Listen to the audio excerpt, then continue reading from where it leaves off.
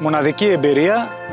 Το συνιστώ σε όλους όσους έρθουν να γνωρίσουν εδώ πέρα τα άγραφα, την περιοχή και αυτή την υπέροχη λίμνη.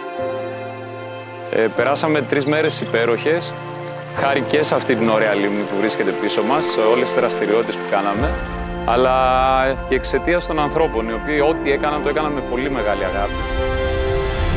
Ήταν πραγματικά μια μαγική εμπειρία για μας, αλλά πραγματικά έχω υπέροχες αναμνήσεις από αυτό το τριήμερο. Κάναμε κανό σε μια λίμνη υπέροχη. Ευχαριστούμε όλους, και τους εθελοντές και τη Βασιλική και όλους όσους εργάστηκαν σε αυτό το φεστιβάλ. Του χρόνου με το καλό θα έρθουμε και θα το συστήσουμε και σε φίλους μας.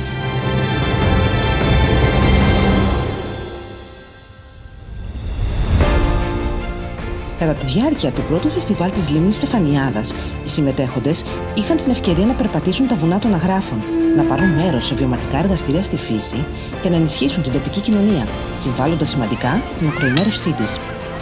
Μια υπέροχη πρωτοβουλία, μια νέα αφετηρία με συνοδοιπόρους όλους εσάς που γνωρίζετε βαθιά πως τα βουνά είναι η ανάσα μας.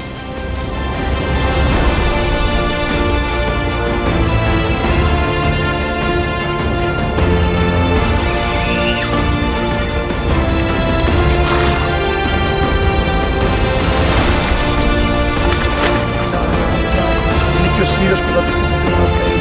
Είναι η Βασιλική του Ξύδου από την Ξάνθη.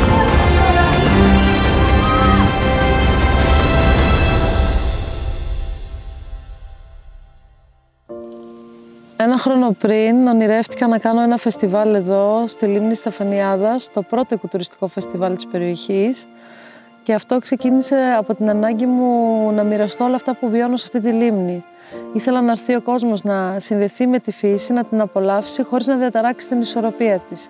Και όλο αυτό να αφήσει ένα αποτύπωμα στους επισκέπτες εδώ πέρα.